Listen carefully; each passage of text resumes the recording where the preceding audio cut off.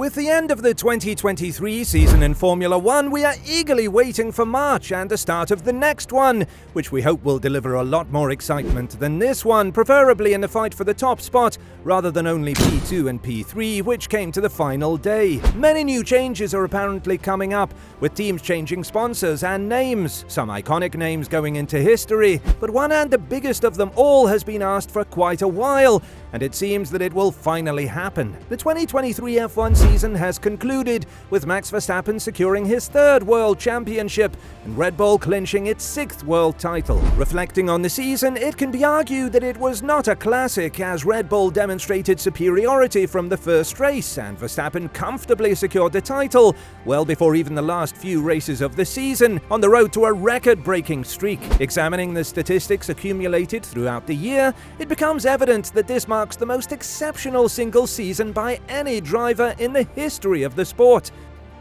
So, with all eyes pointed towards 2024, what changes might we see, and what changes will we see in the sport? Well, to start off, one of the most notable transformations on the Formula One grid involves Red Bull's sister team. Formerly recognized as Toro Rosso from 2006 to 2019, they adopted the name Scuderia AlphaTauri starting from the 2020 season, and this team serves as a stepping stone in F1 for emerging talents from the Red Bull Driver Academy, including notable names like Sebastian Vettel, Max Verstappen, and Daniel Ricciardo. However, this off-season brings about yet another evolution for the team. Despite its association with the fashion brand AlphaTauri under the Red Bull umbrella, the commercial success of the partnership has fallen short of expectations. CEO Peter Bayer revealed a few months ago, "The shareholders have determined the team's identity, and we will draw closer to the Red Bull family. Witnessing the inception of a Formula One team is an exciting period, a unique experience. I'm thrilled to be a part of it." They will not rebrand as Toro Rosso, Bayer confirmed. It has been suggested that Hugo Boss or Adidas could become title sponsors, but more recently the name Racing Bulls has emerged as the likeliest tweak.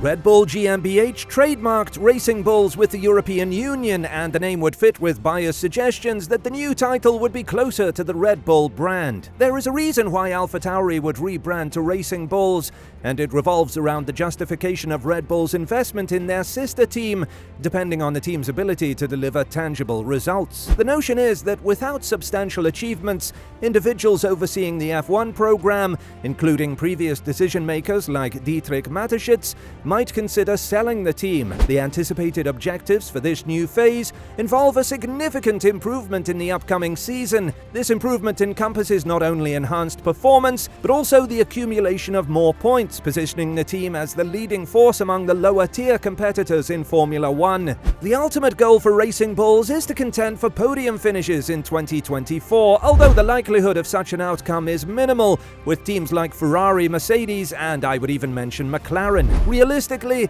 expectations suggest the Racing Bulls may make improvements and potentially even land in the middle of the pack or slightly above it for the 2024 season, with the best-case scenario being a sustained presence in the middle tier. Moving on, we hope that Aston Martin will make it through an entire season like they did the first few races of this one. The Silverstone-based team had an amazing start and was branded a surprise of the season, only to nosedive even before the summer break and finish P5 in the constructors' standings behind the flying McLarens. So one change they will implement is a slight alteration to their name. Currently known as the Aston Martin Aramco Cognizant F1 team, the British team will drop Cognizant from their name for 2024, as Cognizant has been a title sponsor ever since Aston Martin returned to the sport 3 years ago. The technology and consulting firm will still sponsor Aston Martin, but as a strategic partner instead. A spokesperson for the F1 team confirmed recently, "This was always planned as phase 2 of that relationship with Cognizant.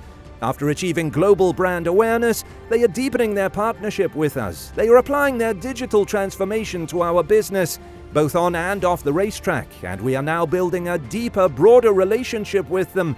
The new team name will be confirmed in early 2024.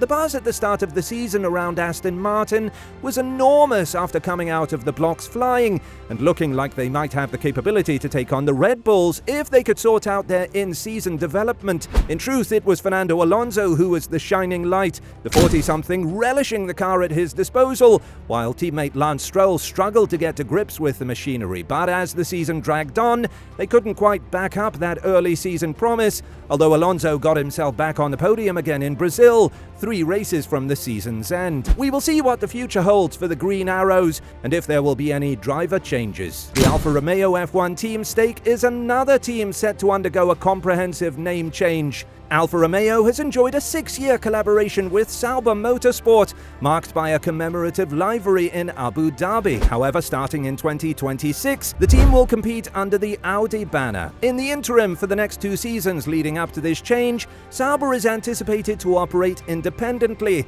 Alessandro Alumni Bravi, a key figure alongside Andreas Seidel, has clarified that Audi will not be involved until 2026, emphasizing the strategic importance of a significant impact in that year to avoid diluting Audi's association with the team. He stated, "Commercially speaking, it is important to have a big bang in 2026, not to dilute the Audi involvement with the team, so we will continue as Sauber based on the heritage of the group." The new team name is expected to be officially confirmed in the early months of 2024. Meanwhile, Alfa Romeo CEO Jean-Philippe Imparato has hinted at a potential return to F1 in the future, expressing, "Alfa Romeo has competition in its DNA and will return to thrill its fans as soon as possible when the conditions are right." This rebrand might mean a few fallow years getting up to that point, and the best they could hope for in the season past was sneaking the odd point here and there with drivers Valtteri Bottas and Zhou Guanyu.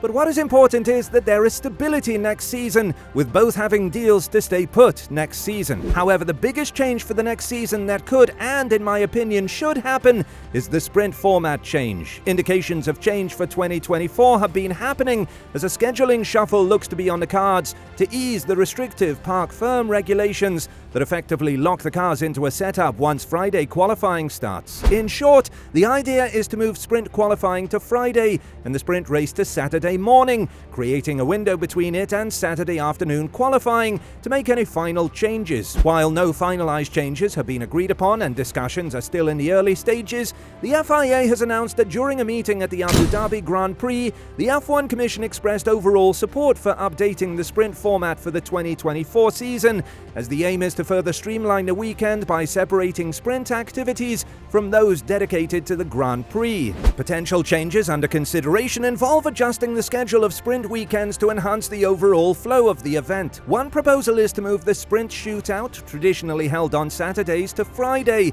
with the short sprint race taking place on Saturday, followed by qualifying for the main Sunday Grand Prix. Discussions have also included considerations for greater point allocations and the introduction of reverse grid elements during these sprint weekends.